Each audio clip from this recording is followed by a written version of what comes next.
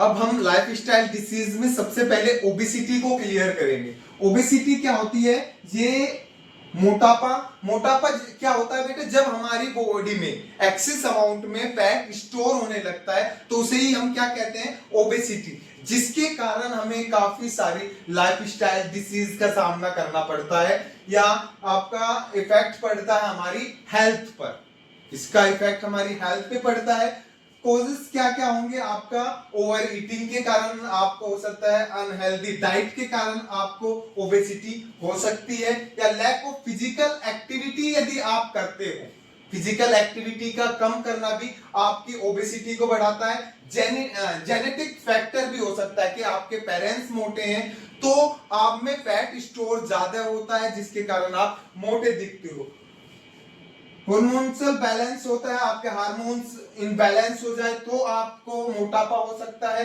Stress and poor sleep, यदि आप ज्यादा स्ट्रेस लेते हो, कम सोते हो तो भी आपको ओबेसिटी या मोटापा हो सकता है। इसके बाद आता है कि लक्षण कैसे पता चलते हैं कि भाई मोटापे के? आपका एक्सेस वेट गेन हो जाता है, मींस आपका जो वजन है वो बढ़ने लगता है। शॉर्टनेस हो जाती है आपकी ब्रीथिंग जो आपको खिंचके आने लगती है ऐसे, ये शॉर्ट ब्रीथिंग आपकी हो जाती है। जॉइंट पेन रहने लगता है, आपके घुटनों में दर्द रहने लगता है। एक्सेस स्वेटिंग मींस ज्यादा से ज्यादा आपको पसीना आने लगता है। जहां पे नॉर्मल इंसान को पसीना ना भी आ रहा हो लेकिन मोटे इंसान को जो होता है वो पसीना ज्यादा आता है।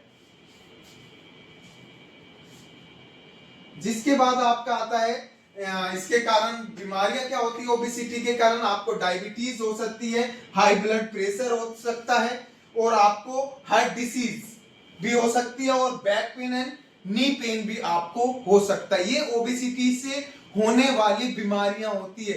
एक ओबेसिटी खुद बीमारी होगी और अपने साथ काफी सारी बीमारियों को ये लाती है। अब इसके बाद आता है प्रिवेंशन। क्या क्या करने चाहिए आपको? बैलेंस डाइट लेनी चाहिए आपको, रेगुलर एक्सरसाइज करनी है, और अवॉइड करना है आपको जंक फूड को।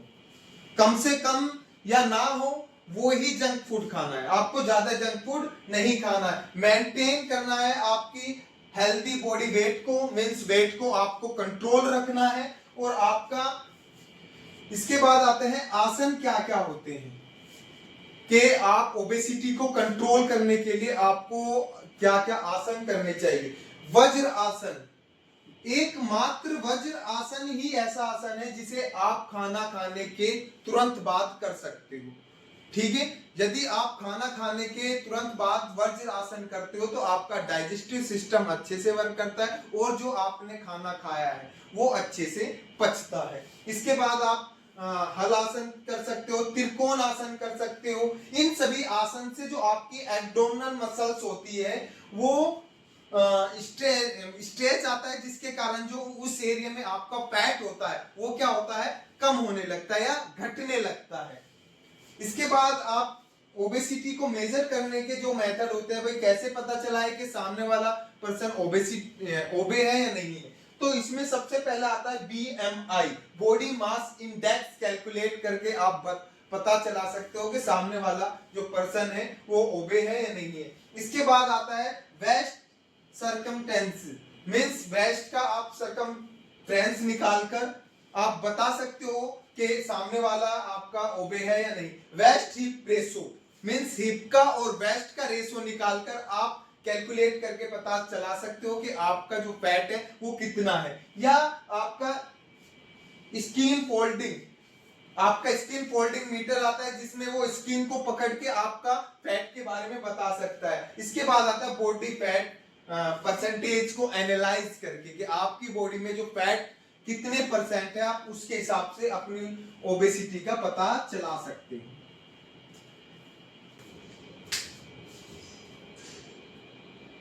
डायबिटीज, डायबिटीज में क्या होता है? एक मेटाबॉलिक डिसऑर्डर होता है।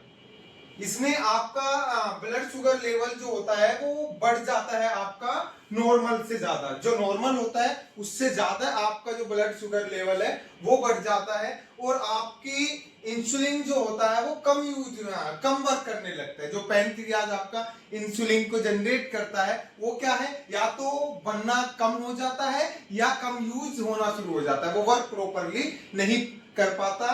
तो उसे क्या कहते हो आप, डायबिटीज। मींस आपके ब्लड में शुगर लेवल बढ़ गया है तो वही क्या होता है, डायबिटीज। और आपका डायबिटीज जो होती है वो दो टाइप की होती है। एक होती है टाइप 1 डायबिटीज, जो आपका बॉडी जिसमें आपकी प्रोड्यूस कम कर देती है आपका इंसुलिन को, या तो बिल्कुल कम कर देगी इंसुलिन बनना, या आपका कम बिल्कुल बंद कर देगी, या आपका कम कर देगी इंसुलिन को आपकी बॉडी में। ये कॉमनली आपको चिल्ड्रंस और यंग अडल्ट्स में देखने के लिए मिलती है। और जो आपका इसमें आपको इंजेक्शन यूजुअली रिक्वायरमेंट रहती है इसकी, आपको अपने ब्लड शुगर लेवल को मेंटेन करने के लिए आपको इंजेक्शन के थ्रू इंसुलिन लेना पड़ती है, क्योंकि आपके पैनक्रियाज ने जो इंसुलिन है वो बनाना बंद कर दिया है या काफी कम अमाउंट में बना रहा है, जिससे कि आपकी बॉडी का जो शुगर लेवल है वो कंट्रोल नहीं हो पा रहा। इसके बाद आता है टाइप 2, जो आपको जनरली कॉमनली सभी जो आपके कॉमनली डायबिटीज ये देखने को मिलती है, ज्यादातर लोगों में जो आपको डायबिटीज देखने के लिए मिलती है वो टाइप 2 डायबिटीज देखने के लिए मिलती है। इसमें जो इंसुलिन है वो बिल्कुल बनना बंद नहीं होता इसमें, लेकिन जितनी रिक्वायरमेंट है आपको उतनी रिक्वायरमेंट आपकी पूरी नहीं हो पाती। तो डेंजर वाला ये होता है, ये क्या है, नॉर्मली आपको ज्यादातर लोगों में जो डायबिटीज देखने के लिए मिलती है टाइप 2 देखने के लिए मिलती है। इसमें इंसुलिन बंद हो जाता है बिल्कुल बनना, और इसमें थोड़ा कम बनता है। इसमें क्या होता है बेटा नेक्स्ट, इसके बाद ये रीजन क्या है इसका, ओबेसिटी के कारण आपको ये हो सकता है, lack of exercise, unhealthy eating habits जो आपकी होती है, पिज्जा बर्गर मोमोज खाने से आपको ये हो सकता है। ठीक है बेटा, फिजिकल एक्टिविटी का कम करना, स्ट्रेस ज्यादा होना, ओबेसिटी, इन सभी के कारण आपको क्या है, डायबिटीज हो सकती है। अब इसके बाद आता है कि ऐसे कॉजेस क्या क्या है आपका ओबेसिटी, फिजिकल एक्टिविटी एंड आपका इनएक्टिविटी एंड स्ट्रेस। यदि आप स्ट्रेस लेते हो तो भी आपको डायबिटीज हो सकती है। आसन क्या क्या करने चाहिए आपको, वज्रासन करना चाहिए, भुजंग आसन करना चाहिए, और आपको पवन मुक्त आसन करना चाहिए। ये आपकी बॉडी में इंसुलिन बनने में आपकी हेल्प करते हैं। इन आसनों के थ्रू जो आपका पैनक्रियाज है वो जो इंसुलिन है वो ज्यादा बनाने लगता है। नेक्स्ट टॉपिक है अस्थमा। अस्थमा जो होता है वो आपका रेस्पिरेटरी डिसऑर्डर होता है, जिसमें आपको डिफिकल्टी होती है ब्रीथिंग में। इसमें जो आपका विंड पाइप होता है या एयर पाइप होता है उसमें स्वेलिंग आ जाती है, या वो सिकुड़ के छोटा हो जाता है, जिसके कारण आपको ब्रीथिंग में प्रॉब्लम आने लगती है। इसके बाद आता है कि कॉजेस क्या क्या होंगे, जो अस्थमा के होने के कारण क्या क्या होते हैं कि जो अस्थमा हो जाता है। एयर पोल्यूशन, स्मोकिंग, तंबाकू हो सकता है, आपका रेस्पिरेटरी इन्फेक्शन हो सकता है, ठंडे जो कोल्ड वेदर हो सकता है, और आपका इसमें फिजिकल एक्सरसाइज मींस कम फिजिकल एक्सरसाइज करना, या आपका फैमिली हिस्ट्री हो सकता है कि आपके जो पेरेंट्स हैं उन्हें अस्थमा है, या आपके दादा को अस्थमा है, आपकी मम्मी को अस्थमा है, तो आपको चांसेस होते हैं कि आपको भी अस्थमा हो सकता है। इसके बाद आपके आते हैं कि सिस्टम्स आपको क्या क्या देखने के लिए मिलते हैं। इसमें आपकी जो ब्रीथिंग होती है वो शॉर्ट हो जाती है, आपको खिंच के सांस आने लगता है। ठीक है, इसके बाद विसिल जैसी साउंड आती है, जब आप ब्रीथिंग करते हो तो उस टाइम पे आपको विसिल जैसी साउंड आती है, आपको डिफिकल्टी होती है ब्रीथिंग में ड्यूरिंग एक्सरसाइज या फिजिकल एक्टिविटी। जब आप कोई फिजिकल एक्टिविटी कर रहे होते हो तो उस टाइम पर आपको ब्रीथिंग में काफी प्रॉब्लम होती है। अब इसके बाद आता है आसन, जो आपका इसके लिए करना चाहिए आपको भुजंग आसन, सुखासन और शव आसन आपके लिए अच्छे होते हैं, क्योंकि ये आपके रिलैक्स के लिए भी आसन होते हैं। हाइपरटेंशन, हाइपरटेंशन क्या होता है कि जो हमारी आर्टरीज होती है उन पर ब्लड प्रेशर बढ़ जाता है, उसे ही हम क्या कहते हैं, हाइपरटेंशन। मींस आर्टरीज पर जब ब्लड प्रेशर बढ़ जाएगा तो वो हाइपरटेंशन होता है।